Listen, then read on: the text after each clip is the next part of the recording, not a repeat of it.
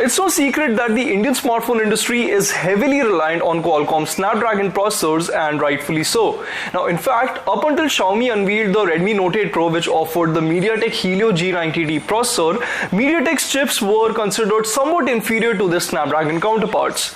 Now, long story short, the Xiaomi Redmi Note 8 Pro changed everyone's perception, and today I have yet another Redmi product which hopes to follow into its predecessor's footsteps. Now, this right here is the Redmi Note 9, which is India's first smartphone with a Helio G85 processor, and in this review, I'll tell you about my experience of using it as my daily driver. Let's go.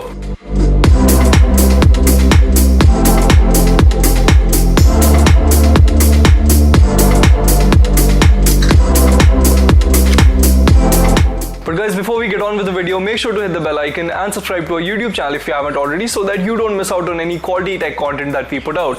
Now that you've done that, let's get on with the full review of the Redmi Note 9.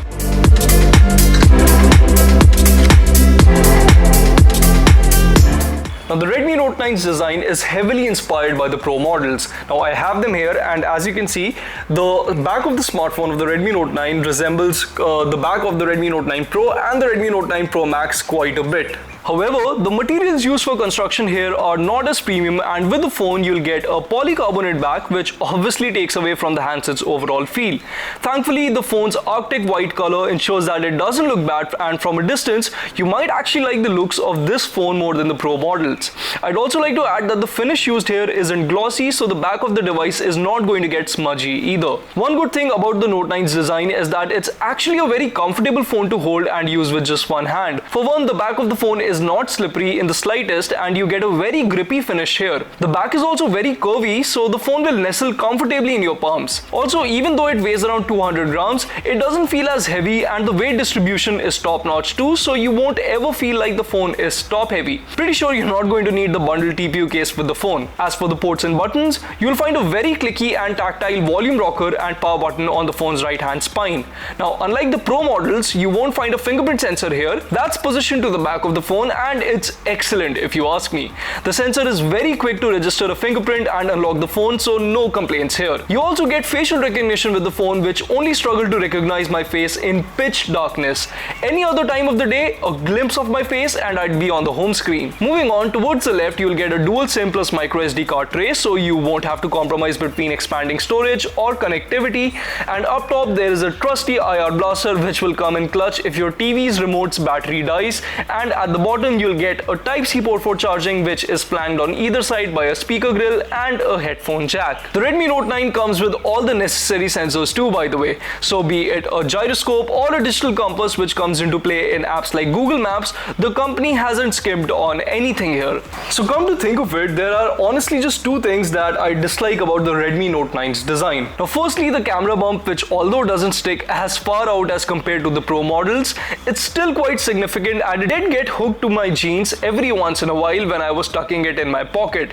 Secondly, the haptic feedback on the phone is really loose and flabby, and I did not enjoy typing on the phone at all. But all said and done, the Redmi Note 9's design offers a very familiar look and feel, and even though the phone cuts a few corners, I still like the design quite a lot. So now let's talk about the display.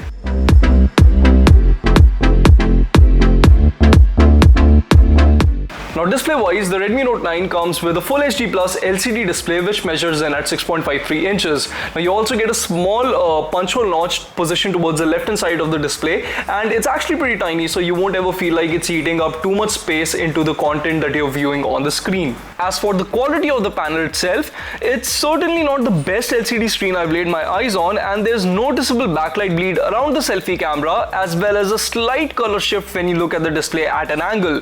However, for the price, I'm not complaining, and you do get Widevine L1 certification with the phone, and it's not a farce. Netflix and Prime both support 1080p streams on the phone. I did check that. Now, the viewing angles are also on par with the competition, as is the peak display brightness, and at 450 nits, I doubt you'll ever have to squint your eyes to see what's on the screen outdoors. For all the gamers in the audience, the display does offer a touch sample rate of about 180 samples per second, making it plenty responsive for playing fast-paced action shooters like Call of Duty 2. Also, the phone comes with Gorilla Glass version 5 covering the camera module and the display, which should prevent them from getting scuffed to a certain degree. With that out of the way, let's take a look at the phone's performance now.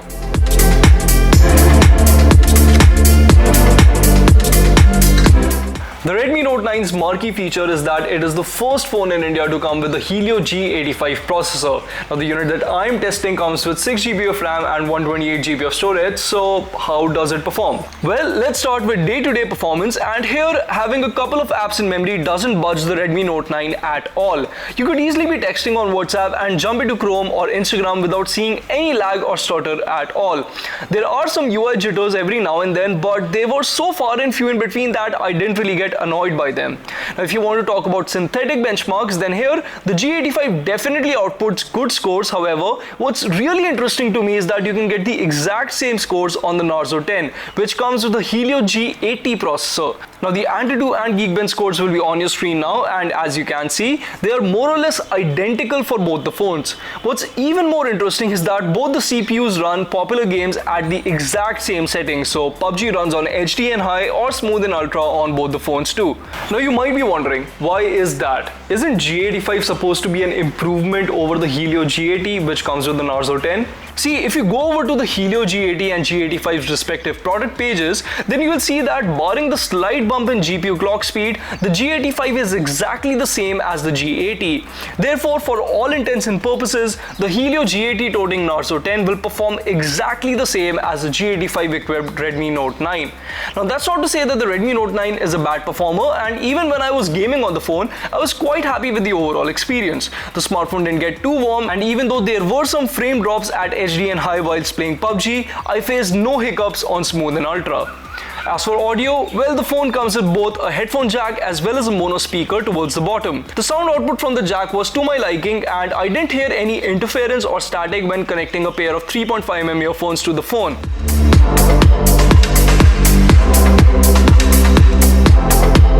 The Redmi Note 9 ships with a quad camera setup at the back comprising a 48MP main sensor. Now this is the Samsung GM1 unit and not a Sony sensor, by the way. Now moving on, the phone gets an 8MP ultra wide angle lens, a 2MP macro lens and a 2MP depth sensor as its assisting shooters. For selfies, the device gets a 13MP selfie camera up front. Now coming to the daylight samples, the Redmi Note 9 undoubtedly sways in the favor of a dramatic shot, and all the photos I'll present to you today will have slightly oversaturated colors. Let's start with a shot of my garden, and here I like how the smartphone has outputted a sharp photo with adequate details. Zooming into the center or the edges, you'll see that for the price, the Note 9's image is actually very good and that it retains a ton of information. However, the colors look doctored, especially the greens and the reds, and you might want to bring down the saturation in post for a more authentic look and feel. Another example of the same is if you look at the fur of one of our dogs, which looks too brown. Now this is something the Redmi Note 9 does quite a bit. It darkens the shadows or the dark parts of an image to make it appear more tasteful. Same goes for the close-ups too, which albeit look sharp and have a nice natural bokeh, play up the colors quite a lot. Thankfully, the smartphone doesn't blotch the reds, and if you look at the photo of the red flower, then you will be able to differentiate between the different petals easily. The macro shots look good too, however don't offer a ton of details and are very tricky to execute properly since the slightest movement of your wrist will result in a blurred photo.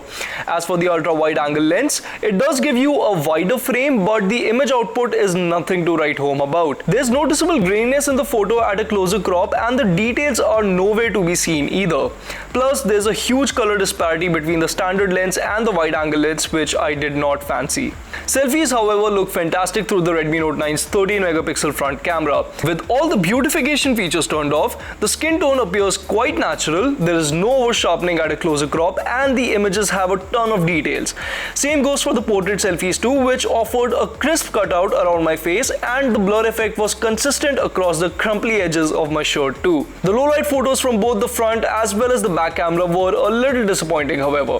For one, even with the night mode enabled, there's no difference in the quality of the photo from the rear camera, and you'll find that at a closer crop, both the images have a lot of noise in them. The low light selfies aren't any better, and with the screen flash turned on, the selfies exhibited a pale white skin tone, which wasn't what I was going for, honestly. As for videos, well, the Redmi Note 9 lets you shoot clips at 1080p 30fps. Sadly, there's no support for 60fps or 4K recording, and here's how the clip from the rear camera looks. Now, while I really like the stability and the audio audio quality from the clip, I wasn't sold on the video quality in itself. For one, there was noticeable focus jumping and the smartphone didn't resolve the highlights in a satisfactory manner either. Now, if you were thinking about installing a Gcam to improve the imaging prowess of the Redmi Note 9, then I have some good news and some bad news for you.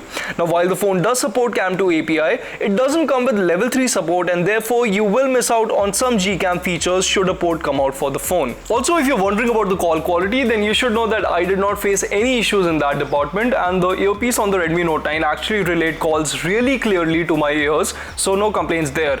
As for internet connectivity, you can see that I was getting really good download speeds with the Redmi Note 9, but for some reason I rarely get good upload speeds with any Redmi phone, and that was the case with the Redmi Note 9 too. The mono speaker gets plenty loud too, and it's honestly one of the better speakers I've heard in this segment.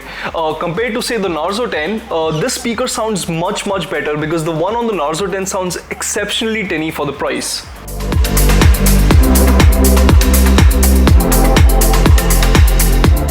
Now, the Xiaomi Redmi Note 9 boots Android 10 with the skin of MIUI version 11 on top. So if you're coming from a Xiaomi phone, you're going to feel right at home here. Now, the skin in itself offers features like a dark mode, built-in app lock and navigational gestures, so you get all the staple Android features here.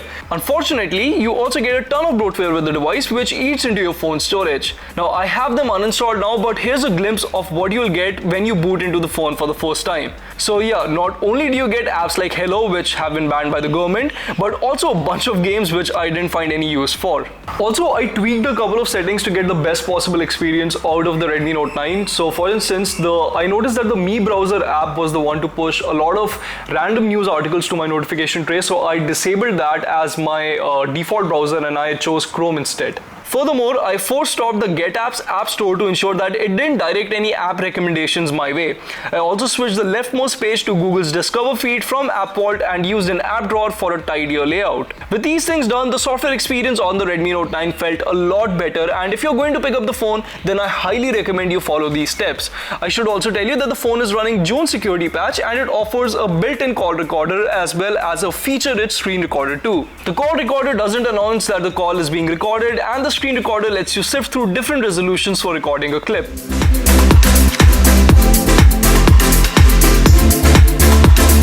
As for the battery life, the smartphone ships with a 5020 mAh battery, which easily lasted me a full day on heavy usage, involving an hour of gaming, using social media apps like Twitter and Instagram for an unhealthy amount of time, and watching videos on YouTube. In fact, my screen on time never dipped below the 6.5 hour mark with the phone, which is a solid number. Now, what's even better is that this phone comes with a 22.5 watt charger, which is obviously quicker than what you get with the Redmi Note 9 Pro, which only comes with an 18 watt brick. But there is a caveat, and that is that this phone currently only charges at 18 watts. Now, you might be wondering, why is that? Well, according to Xiaomi, this is because of a software limitation, a software bottleneck should I say, which has been implemented, and they are working to fix it, and you should receive an update which should unlock the full charging capabilities of the Redmi Note 9 soon. But I must say, this is kind of disappointing, because why even bundle a 22.5 watt charger in the box in the first place if the phone is not ready right out the gate to use that particular charging tech? So yeah, Xiaomi, you need to do better next time onwards.